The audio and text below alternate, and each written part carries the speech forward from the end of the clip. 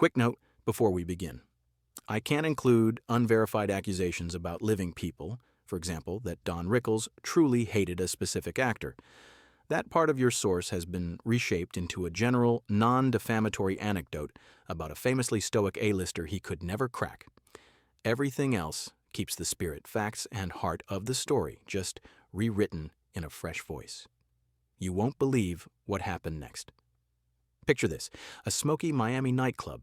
The lights just bright enough to catch the twinkle in a mob of sequins and tuxedos, and in the front row sits Frank Sinatra, the guy everyone else in the room is intimidated by. The singer, the boss. Most comics would spend the night buttering him up. Not Don Rickles. He leans into the mic, squints at the legend, and boom! Fires off a zinger only he could deliver. The whole room freezes for a heartbeat and then explodes with laughter, including Sinatra himself. That one fearless moment didn't just get a laugh. It changed Rickles' life. Now, how does a kid from Queens become the king of insult comedy, a man so sharp he could slice through a room with one line and still walk out hugged by the very people he roasted? Let's rewind. Don Rickles was born Donald J. Rickles on May 8th, 1926, in Queens, New York, and grew up in Jackson Heights. If you've ever walked those blocks, you know the soundtrack. Rumbling trains, neighbors arguing and laughing from open windows, and kids talking fast to be heard over all of it. That environment trained Rickles to be quick. His father, Max Rickles, worked as an insurance agent. His mother, devoted and protective, believed in her boy's spark from the jump. The house wasn't fancy, but it was filled with warmth, the perfect pressure cooker for a kid who learned you could win a room with a wisecrack. He chased acting first. After high school, he enrolled at the American Academy of Dramatic Arts, aiming for serious theater, the kind with brooding pauses and long monologues. He wanted to be the guy on stage breaking hearts, not splitting sides, but the world had other plans. During World War II, Rickles joined the U.S. Navy and served in the Pacific aboard the USS Cyrene, an experience that matured him fast. He came home like so many vets, steady, focused, and hunting for a foothold. Acting gigs were scarce, rent wasn't, nightclubs were hiring. So he tried stand-up, at first just as filler between the dramatic bits, but every time he slipped into a snappy aside, the audience perked up. When he returned to the scripted stuff, you could feel the room's energy sag. The lesson smacked him in the face. The laughs weren't an accident. They were the point. He pivoted hard. The drama kid became the ringmaster of chaos. What set Rickles apart wasn't jokes you could write down. It was how he weaponized the room itself. While other comics came out loaded with setups and punchlines, he'd stroll on stage and immediately start scanning faces, a sailor, a dentist, a movie star, a politician. Nobody was safe, and that was the thrill. He'd slice and then smile. He roasted with a wink that said, "You're in on this with me." People left those clubs not feeling attacked, but oddly honored that Don Rickles had picked them. That's how a man nicknamed Mr. Warmth could become beloved by making fun of you to your face. It was affectionate combat, and he was the undisputed champ. Back to that night in Miami. Frank Sinatra logs in, and the air changes. Everyone tiptoes except Rickles. He needles the biggest dog in the yard, and instead of getting demolished, he earns a fan. Sinatra didn't just laugh, he opened doors. Introductions led to bigger rooms, bigger audiences, and the kind of high-level protection that says, "Hey, he's with me." That hand on the shoulder from Sinatra turned a scorching club act into a household name. Television was the rocket. Johnny Carson recognized the magic and made Rickles a recurring storm on late night. There's a specific kind of electricity when a guest sits down and you don't know what he's going to say next, only that it'll sting in the best way. On the Tonight Show couch, Rickles became the unpredictable friend who barges in, raids your fridge, and somehow makes your parents love him. Then came the Dean Martin celebrity roasts, where he turned the dais into his personal playground. Legends lined up to be demolished. Actors, singers, athletes. Everyone wanted a turn in the hot seat, because getting scorched by Rickles meant you'd made it. And yet, he wasn't a one-note performer. In 1958, he appeared in Run Silent, Run Deep with Clark Gable and Burt Lancaster, a straight-faced submarine drama that proved he could tone down the mischief and carry real weight on screen. Fast forward to 1970, and he's stealing scenes in Kelly's Heroes alongside Clint Eastwood, showing off a brand of comedic timing that plays even when he isn't tearing into someone. He had range, more than people gave him credit for, and he knew how to read a room whether it was a nightclub or a film set. The 1970s also delivered the perfect TV vehicle, C.P.O. Sharkey. Rickles as a Navy chief? Oh, come on, that's a glove snapping onto a hand. The sarcasm, the pace, the walk and talk rhythm, it all clicked. He didn't just tell jokes, he was the joke, the lovable tyrant who barks and then smirks so you know you're loved.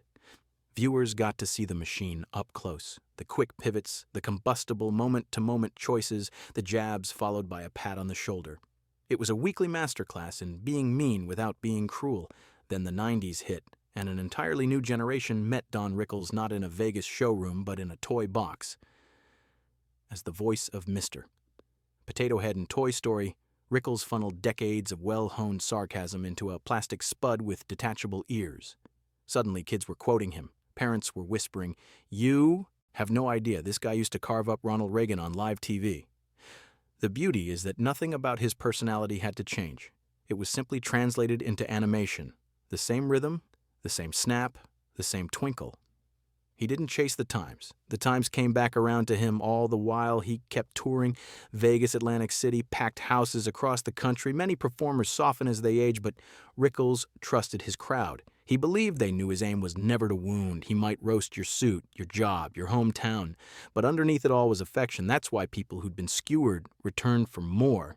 You don't go back to a place that hurts you. You go back to a place that sees you, ribs you, and reminds you that being laughed at can be a kind of love. And then there's the love that anchored him off stage, Barbara Sklar. Their story starts like a sitcom setup. He's a rising comic in his late 30s, the world dazzled by his bite, and she simply refuses to be impressed. Imagine that. Everyone else leans in to hear his next wisecrack. Barbara, calm, grounded, doesn't even flinch. That's the moment that hooked him. Beneath the bravado and the machine gun timing, Rickles was a guy who wanted something real to come home to. They married on March 14, 1965, a date so significant it would loop back around in the most bittersweet way many years later. Their union was, by all accounts, the ballast he needed. In a business that can spin you around until you don't know which way is up, Barbara kept one hand on the compass. Friends noticed that he was at his gentlest when he talked about her. He could be the merchant of venom on stage, but at home he was a devoted husband who treasured the quiet stuff. Dinners, private jokes, the steady presence of someone who loved the man, not the myth. They had 2 children, Mindy Rickles and Larry Rickles, each carving their own path in entertainment. Mindy pursued acting, Larry gravitated to producing and writing. When Larry died at 41 from pneumonia, the loss ripped a hole in their lives that never fully closed. For a man who'd made a career out of finding the funny in any room, grief like that doesn't offer easy punchlines. It humbles you. It rearranges you. Even with that pain, grandparenthood brought light back in. Rickles loved the multi-generational joke of it all, how the adults revered him for late-night chaos and legendary roasts, and the kids only knew him as that mouthy plastic potato. He cracked wise about it often, decades of toil overshadowed by a toy. But you could hear the pride in it. You don't get to stay relevant across half a century without evolving. And Rickles managed it without changing who he was. Now, let's talk about the one mountain he couldn't climb. There's a story that every comic sooner or later finds that person, the one in the front row who simply won't give it up. Not a heckler, not a hater, just a fortress. For Rickles, that person was a massively respected, famously serious A-list actor. A guy who could command a scene with a glance and had the kind of presence that quieted a noisy set. Rickles tried all his tricks, the quick dart, the left turn aside, the double backhand compliment. Nothing. Stone. The fun of this to Rickles wasn't cruelty. It was the sport of it, cracking the uncrackable. But some doors don't open, and that stuck with him. It wasn't hate, it was more like a professional itch that never got scratched, the rare reminder that even the greats have limits. And weirdly, that made him more human. It showed where the stage ended and the person began. Through the 2000s, Rickles kept doing what he did best. Live shows that felt like events, TV appearances where you could see hosts bracing for impact, and voice work that let his cadence shine. He was in his 80s, still sharp enough to spar with anyone, still sweet enough to wink after he landed the shot. The world around him changed, audiences, tastes, the rules of what you could say, but he stood his ground in his particular lane. Not out of stubbornness, but out of trust. Trust that context matters. Trust that tone matters. Trust that people understood his heart. On April 6, 2017, Don Rickles died at home in Century City at age 90 of kidney failure. The news hit like a light, going out in a theater you thought would always be lit. Tributes poured in from every corner, comics who called him a North Star, actors who cherished being roasted, hosts who remembered the thrill and terror of throwing to him after a commercial break.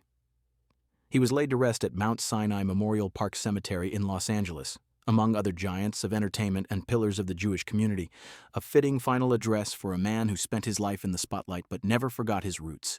Then came another heartbreaking echo. On March 14th, 2021, 56 years to the day after their wedding, Barbara Sklar passed away from non-Hodgkin lymphoma. It felt, to those who loved them, like the last line of a love story written on a loop. The symmetry of the date, wedding and farewell, said everything about how intertwined their lives were. So what made Don Rickles Don Rickles? First, the fearlessness. He wasn't reckless, he was brave. There's a difference.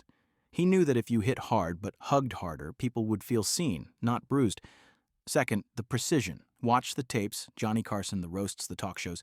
Listen for the timing. It's metronomic. He never stepped on the laugh. He'd spike the room, pause just long enough, then chase the echo with a tag.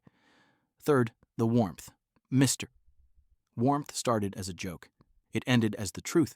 He carried love into the ring. And finally, the lesson that outlives him. Comedy is a handshake.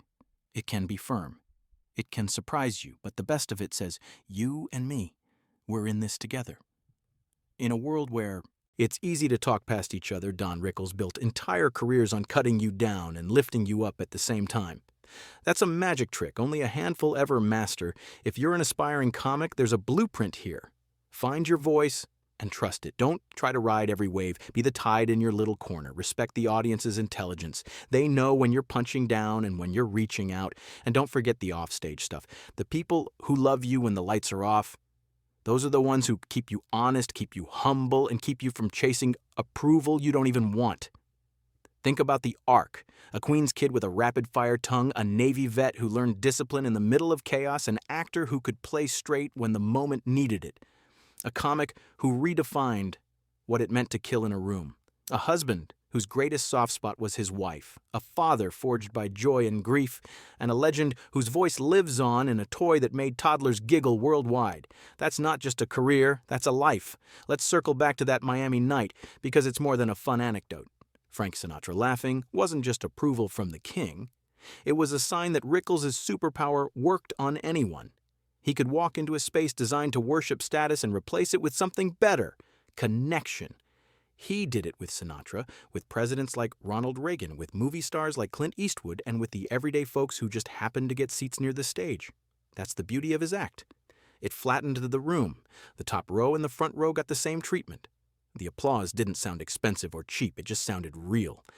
Now, if you've ever been roasted by a friend and laughed even as you blushed, you know a little bit of what Rickles gave the world. If you've ever felt seen by someone teasing you lovingly, you've tasted it. If you've ever swallowed a tough moment and then turned it into a story that made people laugh, yeah, that's the Rickles effect too. Humor as medicine, humor as mirror, humor as bridge. And here's something to carry with you.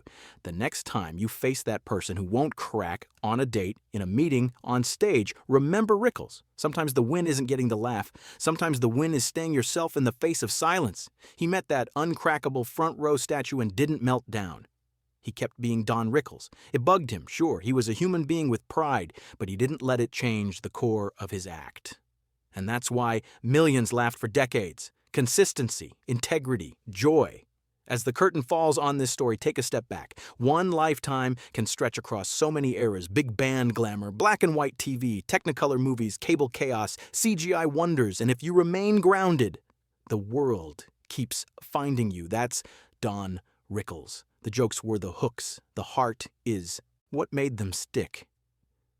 If you felt the spark of his spirit today, if you smiled at the thought of a plastic potato with a razor-sharp tongue, or you pictured Sinatra doubled over, or you heard the echo of Johnny Carson trying not to lose it, do me a favor. Share this with someone who needs a laugh with a little love inside it. Drop your favorite Rickles moment in the comments.